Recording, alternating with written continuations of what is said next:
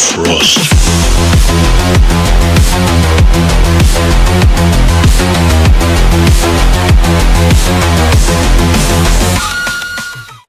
What's up, everyone? Draco Joker here, and we're here to do another hero video. So this video will be on Tristen. He's Avalon. He's a defender.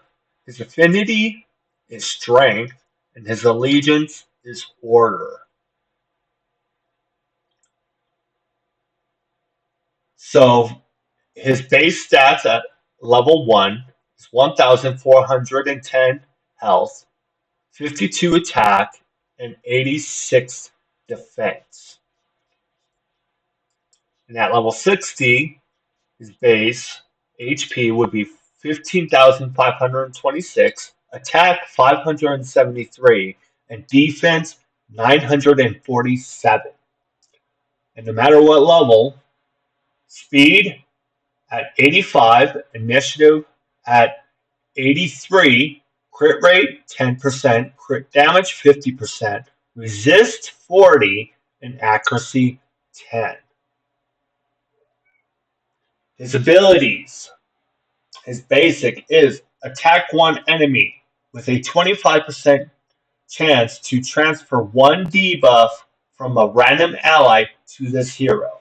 If Isolde is on the same team, will also transfer all debuffs to this hero from Isolde, which Isolde was the last video we did, and his partner hero. So if you have them teamed up, they obviously get added bonuses on the same team.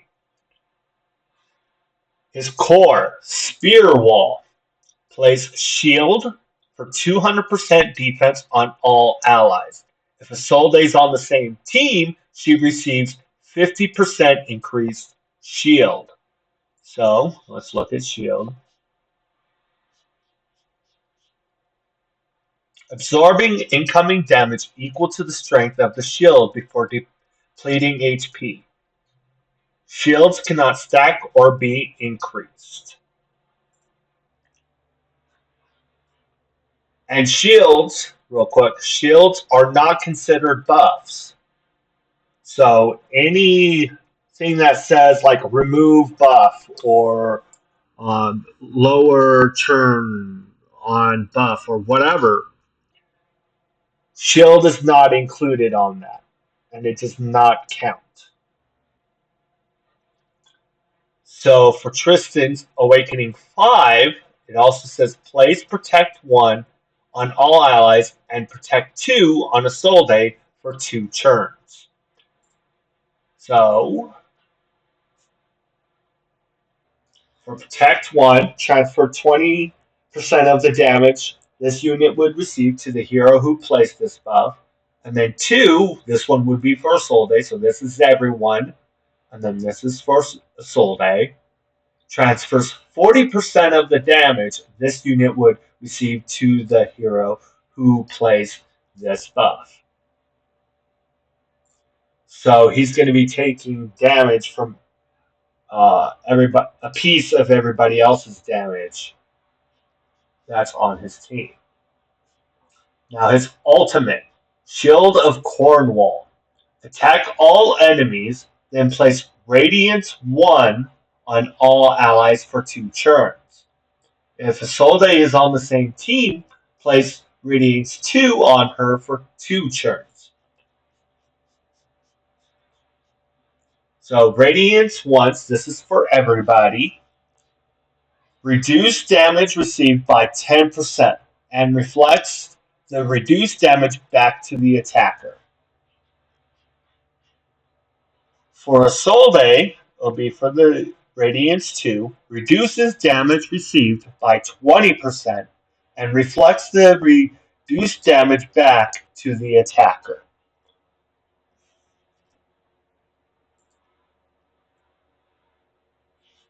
And then his passive is each debuff on this hero reduces damage taken from attacks by 10%.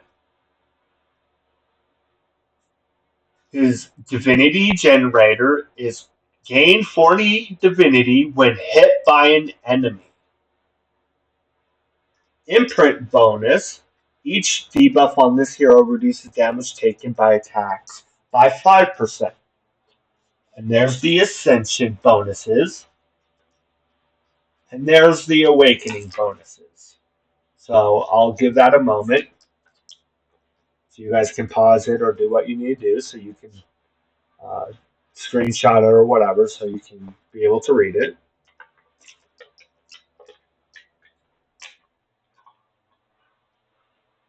So Tristen being a defender, him placing shield on all allies, and we're going to assume Isolde is not on the team, which she at least starting out probably is, but we're just going to say for argument's sake she's not. Um, so you place the shield, so you're protecting your team. And then if you have the Awakening 5, you also put Protect 1, where then you take some of the damage. Or Tristen takes some of the damage from each of the allies. And then the ultimate, you attack all the enemies, and then you place Radiance on all allies. Which then that would be reducing the damage of all your allies by 10%. And reflecting that damage back. And then the basic attack one enemy with 25% to transfer a debuff from a random ally to this hero. So then you're going to pull those debuffs to him. And then each debuff on this hero reduces the damage taken from attacks by 10%. So depending on the debuffs, if they're not too detrimental, it can actually help by reducing that damage coming in. If it's there are some that like the defense down, that's going to be bad for this hero. There's several others that would be bad. So, and then with the shield and the radiance, with this hero, I mean, obviously, if you have a Soul Day, this hero does even better and is better to have. I wouldn't say.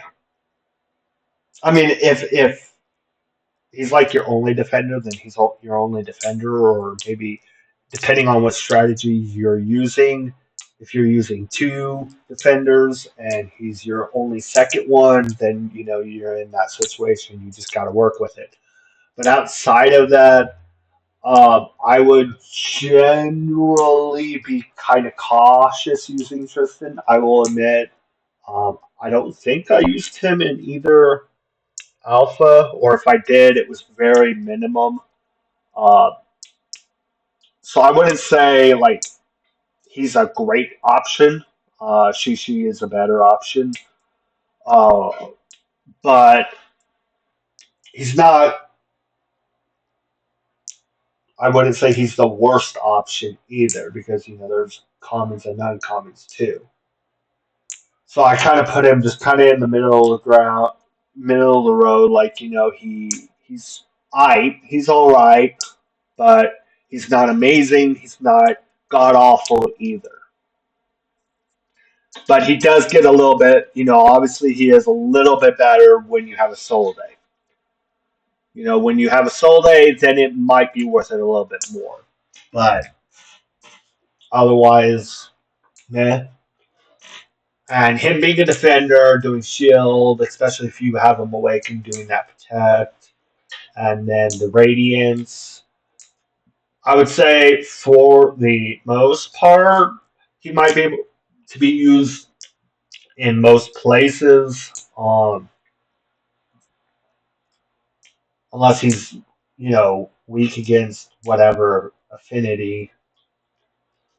So he's strength. So you know if you're first seeing the one that makes him weak, cautious there.